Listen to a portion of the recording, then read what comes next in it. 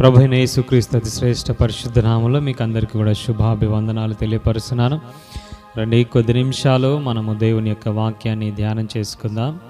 మనము గడిచిన కొన్ని వారాల నుంచి పౌలు ఫిలిప్పీలకు రాసినటువంటి పత్రికను ధ్యానం చేస్తూ ఉన్నాం. ఈరోజు కూడా అదే ఫిలిప్పీలకు రాసినటువంటి పత్రికలో నుంచి ఒక చిన్న అంశాన్ని మనము ధ్యానం చేద్దాం. దేవుడు మనతో అద్భుతంగా మాట్లాడును గాక. వినగలిగిన చెవి, గ్రహించగలిగే హృదయం మనకందరికీ కలుగును గాక. ఆమేన్. చదువుకుందాం. ఫిలిప్పీలకు రాసినటువంటి పత్రిక 3వ అధ్యాయము 13వ వచనాన్ని మనం చదువుకుందాం. సహోదరులారా, నేను ఇదివరకే పట్టుకొని ఉన్నానని తలంచుకొనను. అయితే ఒకటి చేయుచున్నాను, వెనుక ఉన్నవి మరచి ముందున్న వాటి కొరకై వేగిరపడుచు క్రీస్తు యేసునందు దేవుని ఉన్నతమైన పిలుపునకు కలుగు బహుమానమును పొందవలెనని గురి వద్దకే పరిగెత్తుచున్నాను అని అంటాడు. ఇక్కడ ఒక్కటి చేస్తున్నాడట. ఏంటిదా ఒక్కటి? వెనుక ఉన్నవి మరచి ఇంకొకటి ఏం చేస్తా ఉన్నాడు?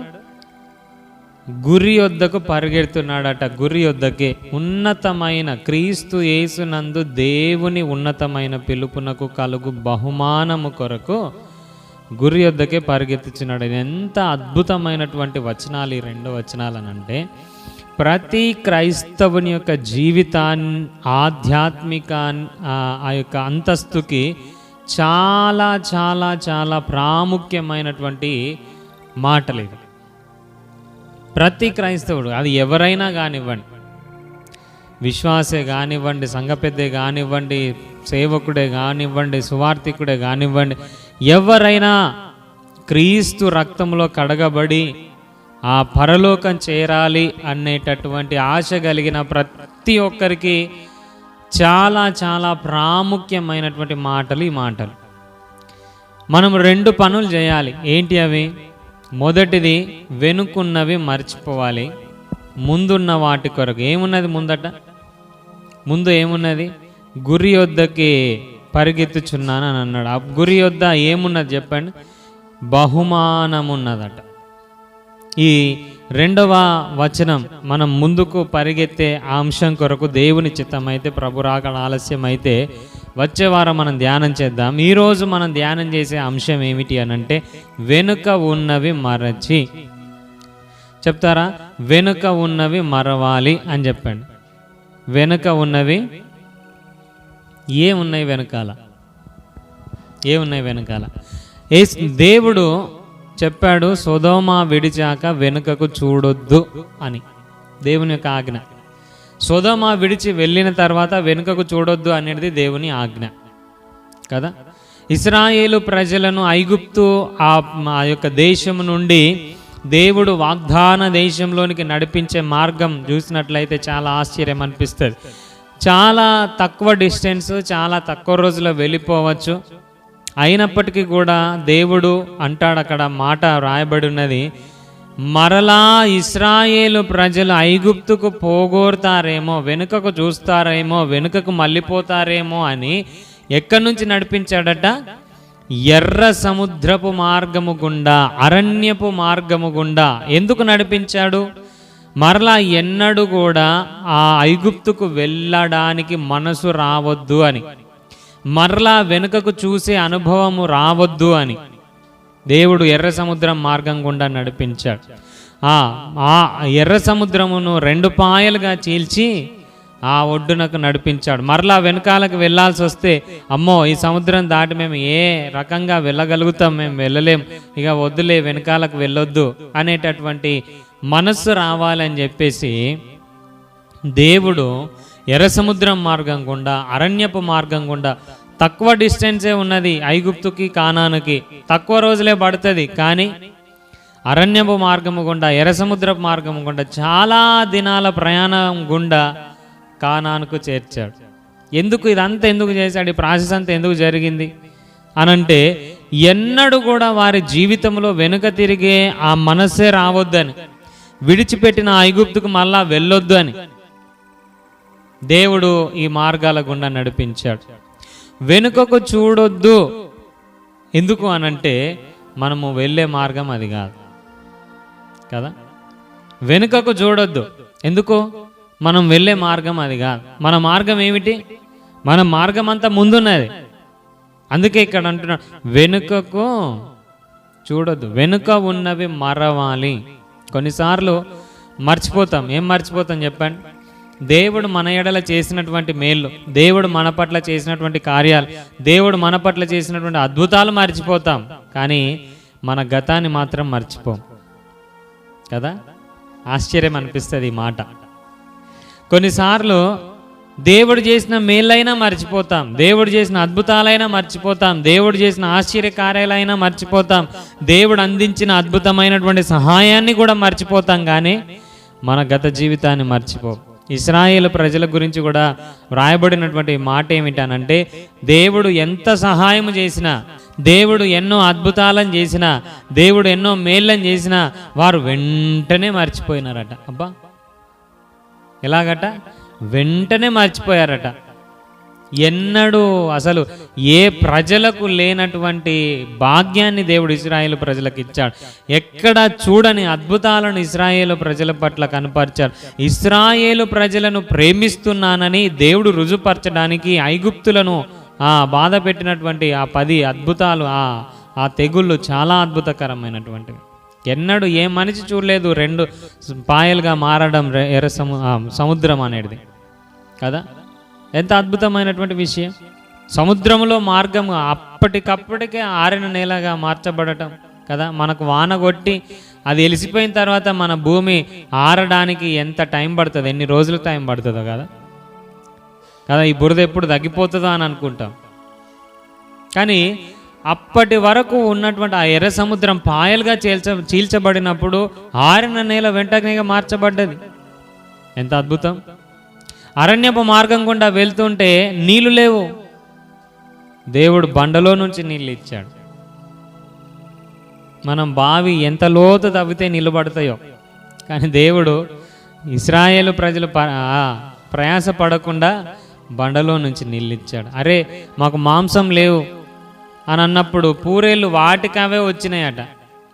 చాలామంది వేటకు వెళ్ళి, ఏశావు జీవితంలో చూస్తాం కదా, ఒకసారి వేటకు వెళ్ళి అసలు ఏం దొరకక వచ్చిందట, ఆకలితో అలసిపోయినటువంటి స్థితిలో వచ్చినప్పుడు చిక్కుడుగాయ కూరల కొరకు జ్యేష్ఠత్వాన్ని అమ్ముకున్నటువంటి సందర్భం. అంటే ప్రయాసముతో వెళ్ళి సంపాదించుకోవాల్సినటువంటి అవసరం లేకుండా దేవుడు వాటికవే మాంసం వచ్చి తినండి కానీ మమ్మల్ని తినని అంటూ ఉన్నది కథ కదా.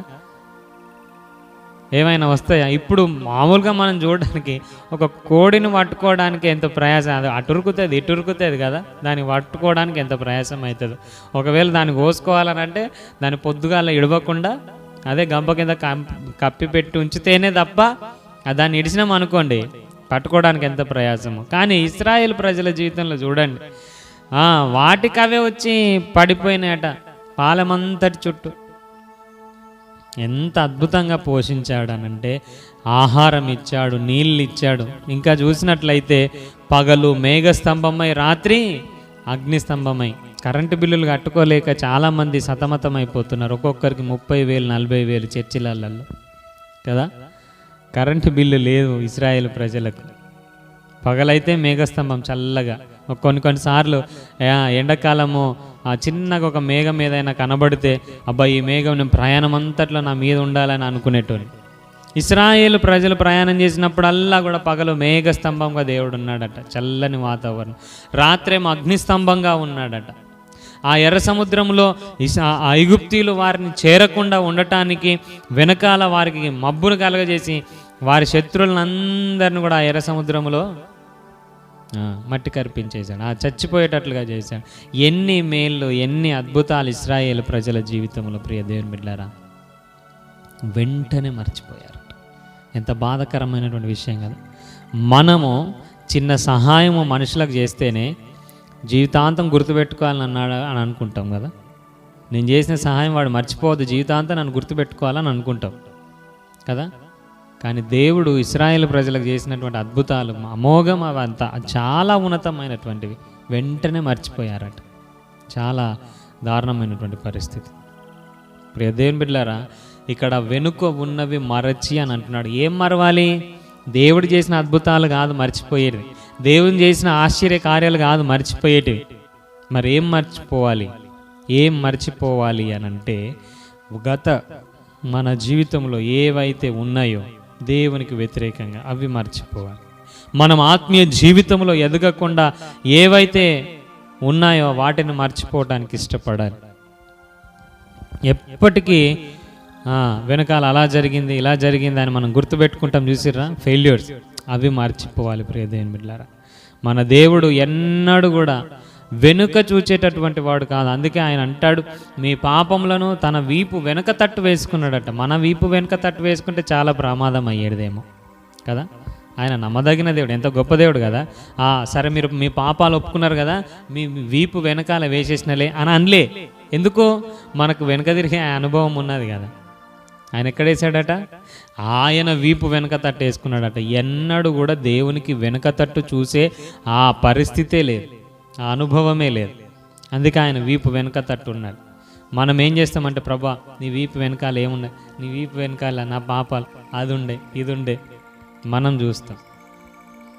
ప్రియ దేవుని బిడ్డలారా, మనము వెనుక ఉన్నవి మరచిపోవాలి. ఏమేం మర్చిపోవాలి అనేటటువంటి విషయాలను 3 చెప్పి నేను ఈ సందేశాన్ని ముగిస్తాను. 3 విషయాలు. 1, మన గత పాపములను మర్చిపోవాలి. చెప్తారా ఏం మర్చిపోవాలి? గత పాపములను మర్చిపోవాలి. 2వది, మన గత వైఫల్యాన్ని మర్చిపోవాలి. ఏం మర్చిపోవాలి? గత వైఫల్యాలు మర్చిపోవాలి. 3వది, గత చేదు అనుభవాలు మర్చిపోవాలి. ఏంటి? చేదు అనుభవాలు. 3 చెప్పినాను. మన గత పాపములు, 2వది మన గత వైఫల్యాలు, 3వది మన గత చేదు అనుభవాలు. మన గత పాపముల కొరకు ఆలోచన చేసినట్లయితే సామెతల గ్రంథం 28వ అధ్యాయం 13వ వచనంలో ఈ విధంగా వ్రాయబడింది, అతిక్రమములను దాచిపెట్టువాడు వర్ధిల్లడు కానీ వాటిని ఒప్పుకొని, చెప్పాలి చదవాలందరూ కూడా, విడిచిపెట్టువాడు కనికరము పొందుకుంటాడట. ఒప్పుకుంటాం కానీ విడిచిపెట్టడానికి ఇష్టపడం కదా. ఒప్పుకుంటాం, ప్రభా నేను తప్పు చేసిన, ఫలానా రోజు ఫలానా తప్పు చేసిన, విడిచిపెట్టడానికి ఇష్టపడం.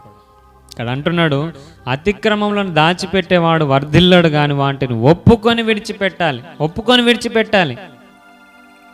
ఎప్పుడైతే ఒప్పుకొని విడిచిపెడతామో అప్పుడు కనికరం పొందుకుంటాం. అందుకే యోహాను కూడా తన పత్రికలో రాస్తూ ఈ విధంగా అంటాడు, మొదటి పత్రిక 1వ అధ్యాయం 9వ వచనంలో, మన పాపములను మనం ఒప్పుకొని నెడల ఆయన నమ్మదగిన వాడును నీతిమంతుడు గనక మన పాపములను క్షమించి సమస్త దుర్నీతి నుంచి మనల్ని విడిపించి పవిత్రులనుగా చేస్తాడట.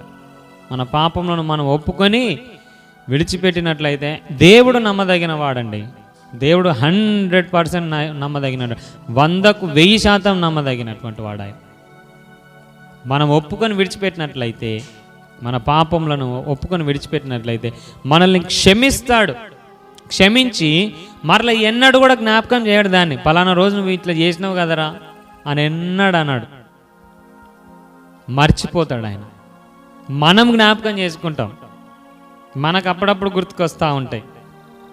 కానీ ఆయన ఎన్నడూ కూడా మనం ఒప్పుకొని విడిచిపెట్టిన పాపం విషయంలో ఎన్నడూ కూడా దాని విషయంలో నేరారోపణ చేయడు. ఆయన క్షమించాడు అని అంటే ఇంకా అంతే, అది క్షమించబడ్డది. మరలా పైకి తీసి మరలా అప్పుడు అట్లా చేసినావు కదా ఎన్నడు అన్నాడు. ప్రియ దేవుని బిడ్డలారా, నువ్వు ఒప్పుకున్నావా, ఆయన క్షమించిండా, ఇంకా అంతే, ఇక ఎన్నడు దాన్ని జ్ఞాపకం చేసుకోడు, పవిత్రులనుగా చేస్తాడు ఆయన.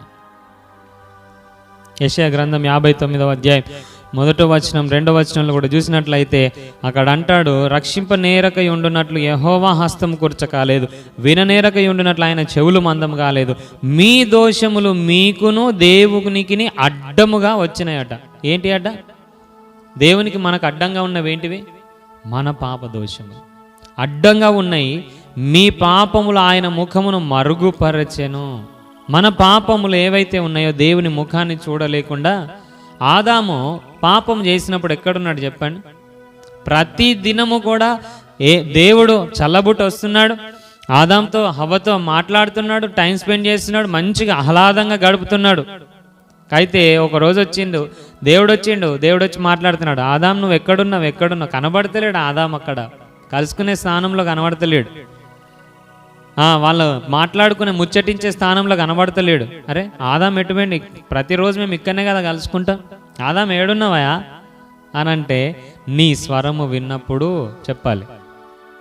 అబ్బా, దాక్కునే పరిస్థితి ఎందుకు వచ్చింది?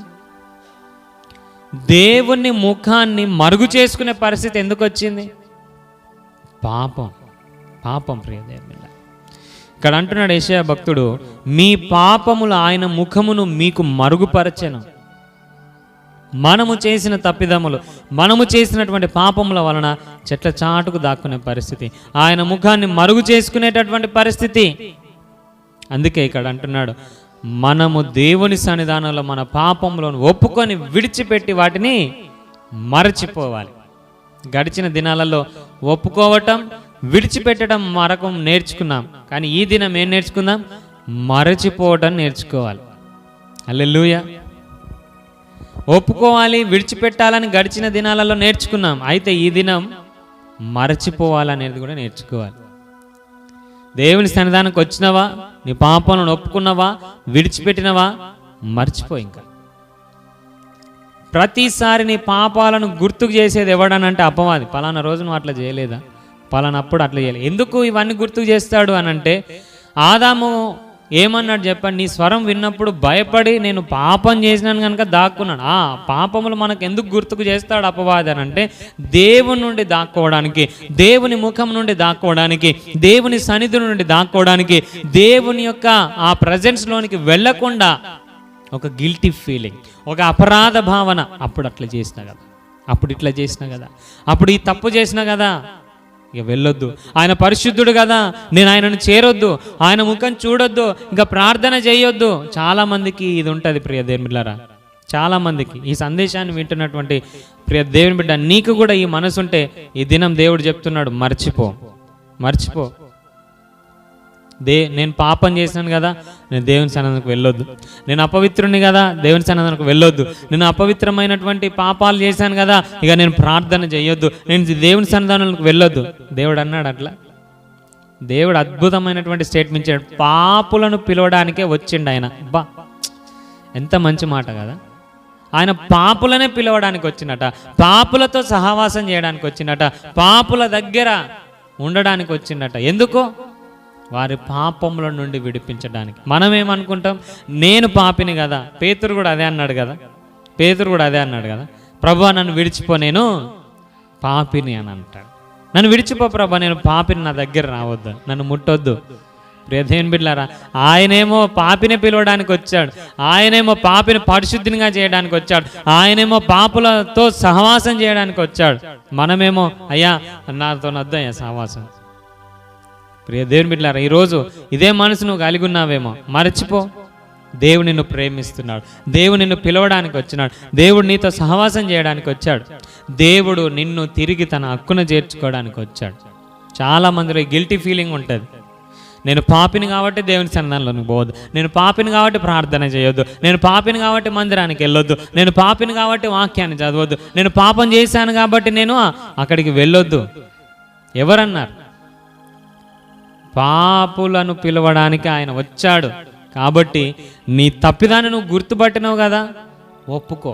ప్రభా నేను ఈ తప్పు చేశాను, నన్ను క్షమించమన్నాడు ఆయన. ఇక్కడ చాలా అద్భుతమైనటువంటి మాట, నాకు చాలా ఇష్టమైనటువంటి మాట.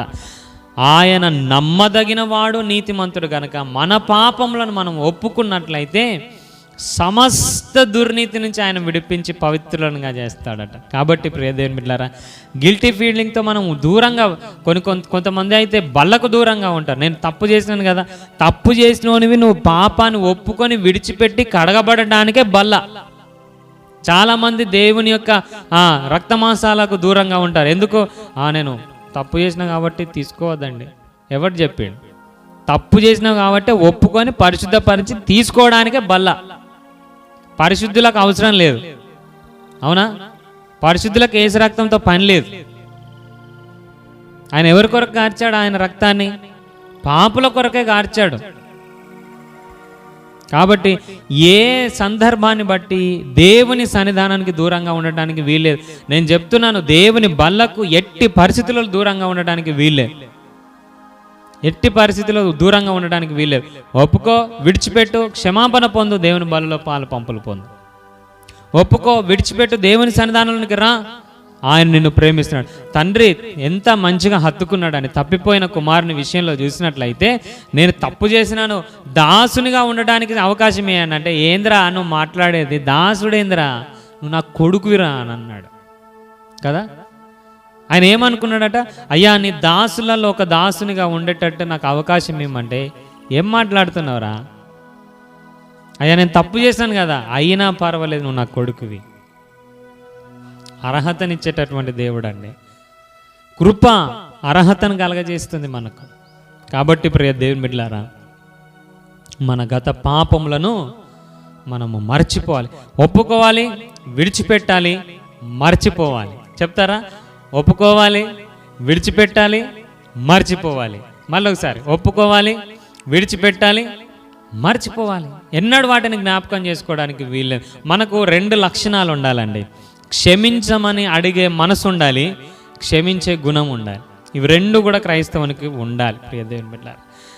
కాబట్టి ఏమేం మర్చిపోవాలనేటటువంటి విషయాలను మనం ధ్యానం చేస్తున్నాం. మొట్టమొదటిగా ఏం మర్చిపోవాలి? మన గత పాపములను మర్చిపోవాలి. రెండవదిగా మనం చూసినట్లయితే మన గత వైఫల్యాలను మర్చిపోవాలి, ఫెయిల్యూర్స్ని మర్చిపోవాలి. ఏం మర్చిపోవాలి? ఫెయిల్యూర్స్. గడిచిన జీవిత కాలంలో మనకు ఎన్నో ఫెయిల్యూర్స్ ఉంటాయి, ప్రతి మనిషిలో ఉంటాయి. మీకు ఈరోజు తెలుసా, కేఎఫ్సి అందరికీ తెలుసు. కేఎఫ్సి అనే తెలియనటువంటి వ్యక్తులు లేరు, చిన్న పిల్లలకు కూడా తెలుసు కేఎఫ్సి. ఆయన ఇట్లా పెట్టంగానే అట్లా మొత్తం అయిపోయింది అనుకుంటున్నారా? ఎన్ని ప్రయత్నాలు చేసి ఎన్నెన్ని దాంట్లలో ఫెయిల్ అయిపోయి, దేంట్లో కూడా అసలు అక్కరకు రాక, తన జీవితం పనికి రాక, తన జీవితం అంతా ఫెయిల్యూర్ ఫెయిల్యూర్ ఫెయిల్యూర్ ఫెయిల్యూర్ అయి ముసలితనానికి ఎప్పుడో చిన్నప్పుడు నేర్చుకున్నటువంటి వంటకం చేస్తే అది ఇప్పుడు ఫేమస్ అవుతుంది. మనం అందరం కూడా ఆ ముసలి తాతని, కేఎఫ్సి మీద ముసలి తాత ఉంటాడా? ముసలి తాత బొమ్మ ఎందుకు వేశారు? ముసలి తాత కాకముందు తను చేసిన ప్రతి ప్రయత్నం ఫెయిల్ అయిపోయింది. తను ఏదో సాధించాలని ఏదో పని మొదలు పెడితే ఫెయిల్యూర్, అన్ని ఫెయిల్యూర్ ఫెయిల్యూర్ ఫెయిల్యూర్ ఫెయిల్యూర్ అయి చివరికి ఏదో చిన్న వంటకం గుర్తుకొచ్చి చేస్తే అది ప్రపంచ దేశాలుగా ఇప్పుడు అందరం కూడా కేఎఫ్సి అని అంటున్నాం. మర్చిపోవాలి ప్రియదేవుని. మన గత వైఫల్యాలను మర్చిపోవాలి. ఈరోజు ఈ యొక్క లైట్లన్నింటినీ మనం చూస్తున్నాం. థామస్ ఆల్వా ఎడిసన్ గారు ఒకసారి తనకు ఆలోచన రాగానే ఇట్లా పెట్టంగానే కరెంట్ వచ్చేసిందా? లేదు ప్రియదేవుని బిడ్డలారా. ఎన్ని ప్రయోగాలలో ఫెయిల్ అయిపోయాడు ఆయన, ఎన్ని ప్రయోగాలలో ఫెయిల్ అయిపోయాడు. చేస్తున్నాడు ఫెయిల్ అవుతుంది, చేస్తున్నాడు ఫెయిల్ అవుతున్నాడు. అరే 4-5 ఫెయిల్ అయిన తర్వాత కూడా ఆగిపోవాలి కదా, లేదు, దాదాపు 99 వరకు ఫెయిల్ అయిపోయాడు. ఈ 99 ఫెయిల్ అయినాను, ఇక ఇంకేముంటుంది ఒక దాంట్లో అని అనుకున్నాడా? లేదు ప్రియ దేవుని బిడ్డలారా, అన్ని ఫెయిల్యూర్ అని మర్చిపోయాడు, మరలా తిరిగి ప్రారంభించాడు, పాస్ అయిపోయినాడు. ఈరోజు మనం ఈ వెలుగుల కింద కూర్చుంటాం. ప్రియ దేవుని బిడ్డలారా, మన జీవితంలో కూడా ఎన్నో ఫెయిల్యూర్స్ ఉన్నాయి. ఈ వాక్యాన్ని వింటున్నటువంటి ప్రియ దేవుని బిడ్డ, నీ జీవితంలో కూడా ఎన్నో ఫెయిల్యూర్స్ ఉండొచ్చు. గడిచిన జీవితాలలో నువ్వు పట్టింది ఏది బంగారం కాకపోవచ్చు. నీ జీవితంలో ప్రతిదీ ఏది చేసినా ఫెయిల్యూర్ రావచ్చు. నీ ఉద్యోగం విషయంలో కావచ్చు, నువ్వు తలపెట్టిన పని విషయంలో కావచ్చు, ప్రతి విషయంలో ఫెయిల్యూర్ ఓటమి జరగవచ్చు. కానీ యేసు నామం పేరిట నేను చెప్తున్నాను, ఆ ఫెయిల్యూర్స్ అన్ని కూడా మర్చిపోయి దేవుని నామం పేరిట నువ్వు అడిగేయి, ఖచ్చితంగా ఒక విజయాన్ని నువ్వు చూస్తావు. ప్రతి ఒక్క వ్యక్తి విషయంలో దేవుడు ఒక విజయాన్ని రాసిపెట్టి ఉంచాడు ప్రియ దేవుని. కాబట్టి మన గత వైఫల్యాలను మనం ఏం చేయాలి? మరచిపోవాలి. మన గత వైఫల్యాలనే పట్టుకొని ఉన్నామనుకోండి, మనం ముందడుగు వేయలేం. మన కాళ్ళకు పెద్ద బండరాయి ఉన్నదనుకోండి, కట్టేసి వేయగలుగుతాం, ముందట అడుగు వేయగలుగుతామా? ఈరోజు మనము ఏం ముందట అడుగు వేయలేకుండా మనకు ఏది ఆపుతున్నదంటే ఇదిగో మన గత వైఫల్యాలు. అన్నీ మన కాళ్ళకు కట్టుకొని ఉంచుకుంటాం. గతంలో ఇట్లయింది, గతంలో అట్లయింది, నా పరిస్థితి ఇట్లయింది, నేను అది చేస్తే ఇట్లయింది, ఇది చేస్తే ఇట్లయింది. లేదు ప్రియ దేవుని బిడ్డలారా, అవన్నిటిని కూడా మనం ఏం చేయాలి? మరచిపోవాలి. హాయి పట్టణం మీద ఇంతకుముందు మనం ధ్యానం చేసినాం కదా, హాయి పట్టణం మీదకి వెళ్ళాలి. ఓటమి పాలయ్యారు. కానీ దేవుని సన్నిధానంలో వారు తప్పులను ఒప్పుకొని వెళ్ళినప్పుడు ఇంతకుముందు పోయినప్పుడే ఓడిపోయినాం ఇప్పుడేం పోతాం అనుకున్నారా? మరచిపోవాలి. మన గత వైఫల్యాలను మర్చిపోయి ఎప్పుడైతే ముందట అడుగు వేస్తామో గొప్ప విజయాన్ని మనము చూస్తాం. 2 విషయాలని నేను చెప్పండి. మొదటి విషయం ఏంటిది? మన గత పాపాలను మర్చిపోవాలి. రెండవది గత వైఫల్యాలను మర్చిపోవాలి. మూడవదిగా చివరిది గత చేదు అనుభవాలను మర్చిపోవాలి. ఏం మర్చిపోవాలి? గత చేదు అనుభవాలు. ప్రతి మనిషి జీవితంలో చేదు అనుభవాలు ఉంటాయి, ఖచ్చితంగా ఉంటాయి. ఏదో చిన్న సందర్భంగానైనా ఉంటాయి. అయితే ఆ చేదు అనుభవాలను మనం మర్చిపోవాలి. చేదు అనుభవాలను మనం మర్చిపోకపోతే ముందు ఆ పరుగు పందెంలో మనము పరిగెత్తలేము. గిద్యోను విషయంలో చూసినట్లయితే సాక్షాత్ దేవాది దేవుడు వచ్చి గిద్యోన్ నడు, నీ ద్వారా నేను విజయం ఇస్తానని అంటే గిద్యోన్ ఏం చెప్తున్నాడు చెప్పండి? నా వంశమే పాటిది, నా కుటుంబమే పాటిది, నేనే పాటుని, దేవుడే మాకు తోడై ఉంటే మాకెట్లెందుకు జరగాలి, ఇన్ని చేదు అనుభవాలు. అబ్బా, ఎంత పెద్ద లిస్ట్ చదువుతున్నాడు. సాక్షాత్ దేవుడు వచ్చి చెప్తున్నాడండి, గిద్యోన్ నడు, నేను నీకు విజయం ఇస్తా నీ ద్వారా అని అంటే దేవుడే తోడై ఉంటే గట్లెందుకు అవుతుంది? అప్పుడు అట్లా కాలేదా? చేదు అనుభవాలని జ్ఞాపకం చేస్తున్నాడు. దేవుడు ఒక్కటే మాట అన్నాడు సింపుల్గా, అయితే ఏంది భయ్ కదా, అయితే ఏంది భయ్? ఎన్ని చెప్తున్నాడో గిద్యోన్, ప్రభా అది ఇది అయితే ఏంది భయ్? So what? నీ చేదు అనుభవాలను మార్చే దేవుడు నా దేవుడు. హల్లెలూయా, హల్లెలూయా. యోసేపు జీవితంలో మీరు చూడండి, చిన్నప్పటి నుంచి అన్నలో ద్వేషం పెట్టుకున్నారు. చిన్నప్పటి నుంచి అన్నలతో సుఖం లేదు ఆయనకు కదా.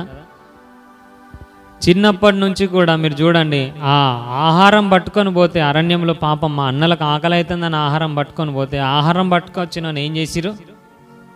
బట్టలు కూడా తీసి ఒక గోతిలో పడేసిరు. ఏ గోతిలో ఉంటే మంచిది కాదని చెప్పేసి ఇంకొకరికి అమ్మేసిరు. అక్కడికి వెళ్ళిన తర్వాత ఆయన అనుభవాలు చూడండి.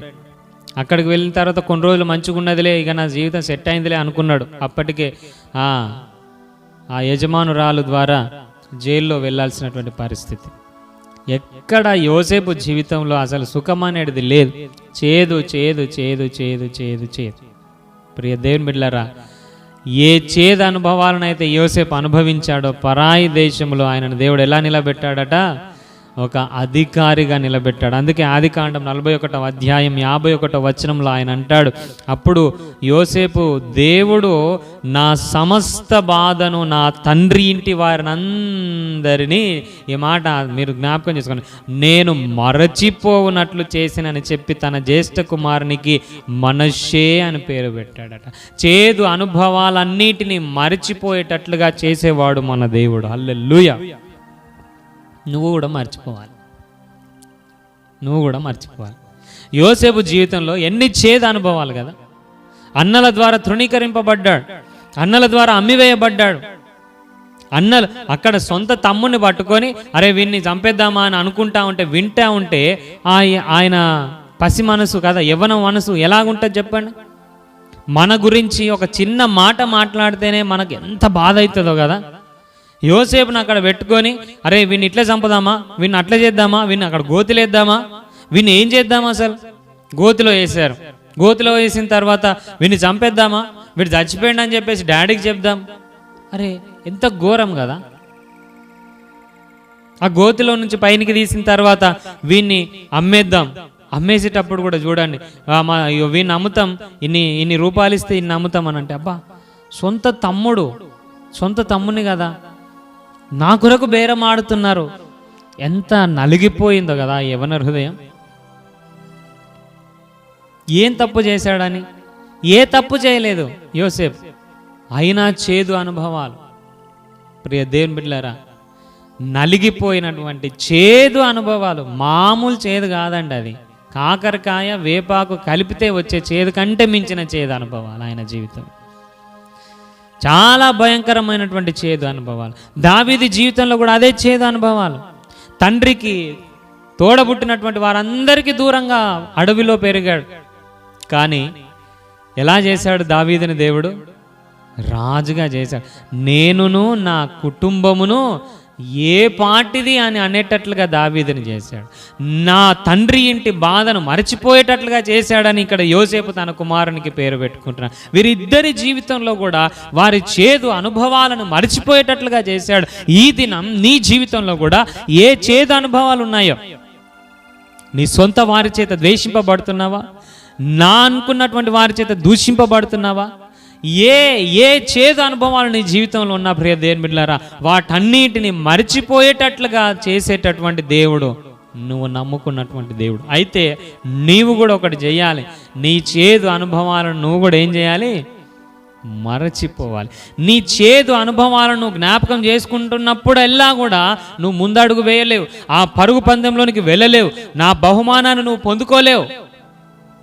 కాబట్టి ప్రియ దేవుని బిడ్డలారా, ఇక్కడ పౌలు అంటున్నాడు, వెనుక ఉన్నవి మర్చిపోవాలి. నీ పాపపు జీవితాన్ని నువ్వు మర్చిపో, నీ గత వైఫల్యాలను నువ్వు మర్చిపో, నీ యొక్క గత చేదు అనుభవాలను మర్చిపో. నువ్వెప్పుడైతే మర్చిపోయి దేవుని సన్నిధానంలో ప్రభువా నన్ను వాడుకో, నా జీవితాన్ని మార్చు అని నీ జీవితాన్ని దేవుని సన్నిధానంలో ఎప్పుడైతే పెడతావో అద్భుతంగా నీ జీవితాన్ని దేవుడు మార్చేస్తాడు. ఊహకందని విధంగా, నీ ఆలోచనకు అందని విధంగా దేవుడు నీ జీవితంలో గొప్ప కార్యాలు చేస్తాడు. నీ యొక్క భవిష్యత్తులో అద్భుతమైనటువంటి మార్పులను దేవుడు కలిగిస్తాడు. కాబట్టి ప్రియ దేవుని బిడ్డలారా, మనము కూడా ఈ క్రైస్తవ జీవితంలో ఆ పరుగు పందెంలో ముందుకు వెళ్ళాలి అనంటే, ఆ బహుమానాన్ని మనము పొందుకోవాలి అనంటే, మన భవిష్యత్తు అందంగా మార్చబడాలి అనంటే, మన గతాన్ని కూడా మనము మర్చిపోవాలి, మన వెనుకున్నవి మర్చిపోవాలి. వెనుక అసలు చూడొద్దు. ఎందుకు అనంటే మనము వెళ్ళాల్సిన మార్గం అది కాదు. నువ్వు వెళ్ళాల్సిన మార్గం ఎటు?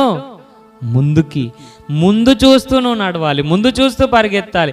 వెనుక చూస్తూ నడిచి పరిగెత్తేటటువంటి వారు ఎంత దూరం ప్రయాణిస్తారు చెప్పండి. వెనుక మీరు ఒకసారి ఇంటికి వెళ్ళిన తర్వాత ప్రాక్టీస్ చేయండి. వెనకాలకు మొహం పెట్టుకొని ముందుకు నడిచే ప్రయత్నం చేయండి. నడవగలుగుతారా? నడవలే. ఎంత దూరం ప్రయాణం చేస్తాం చెప్పండి? ఏదో ఒకదానికి దాకి కింద పడిపోతాం, అసలు పరిగెత్తలేం. ప్రియ దేవుని బిడ్డలారా, మన ఆధ్యాత్మిక జీవితంలో మనం కూడా ముందుకు పరిగెత్తాలి అనంటే వెనుక చూడటం ఆపేయాలి, వెనుక ఉన్నవి మర్చిపోవాలి. ఎప్పుడైతే వెనుక ఉన్నవి వెనుక చూడటం మరచి మనం ముందుకు ఆ దేవాది దేవుని వైపు చూస్తామో చాలా క్లియర్గా మనము పరిగెత్తుతాం కదా. సామెతల గ్రంథంలో కూడా అంటాడు, ఇటు అటు చూడక నీ కన్నులు సరిగ్గా నీ ముందర చూడాలని అంటాడు. ఎస్, వెనక చూడొద్దు, పక్కలకు కూడా చూడొద్దు. మనం ముందర సరిగ్గా చూడాలి. పేతురు భక్తుడు ఆ అలలనన్నిటిని, ఆ తుఫాన్లను అన్నిటిని అటు ఇటు చూసినప్పుడు మునిగిపోసాగాడు, కానీ దేవుని వైపు ఎంతసేపు చూశాడో అంతసేపు ముందుకు నడిచాడు. కాబట్టి ప్రియ దేవుని బిడ్డలారా, మనం నడుస్తుంది సముద్రం మీద అయినా పర్వాలేదు, దేవుణ్ణే చూడాలి. మన ముందు గొల్యాతున్నా పర్వాలేదు, మనము దేవుణ్ణే చూడాలి కదా. ఎరికో గోడలున్నా పర్వాలేదు, మనం దేవుణ్ణే చూడాలి. ఎప్పుడైతే ఈ సముద్రపు మీద ఈ యొక్క గొలియాతు, ఎరికో లాంటి పరిస్థితుల మీద అయినా మనం నడుస్తున్నప్పటికైనా మనము ముందు చూస్తామో మునిగిపోము.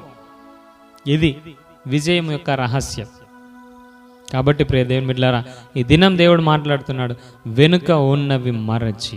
చెప్తారా 3 విషయాలు? మొదటి ఏది మర్చిపోవాలి? మన గత పాపములను ఒప్పుకోవాలి, విడిచిపెట్టాలి, మర్చిపోవాలి. రెండవది గత వైఫల్యాలను మనం మర్చిపోవాలి. మూడవది మన గత చేదు అనుభవాలను మర్చిపోవాలి. ఇవన్నీ కూడా మర్చిపోయేటట్లుగా దేవుడు మనందరి జీవితంలో అట్టి కృపను అనుగ్రహించి ఉన్నతమైన భవిష్యత్తులో ఆ యొక్క బహుమానం పొందేటట్లుగా మనం పరిగెత్తేటట్లుగా ఆయన కృప చూపించి నడిపించునుగాక. ఆమెను ప్రార్థన చేసుకుందాం.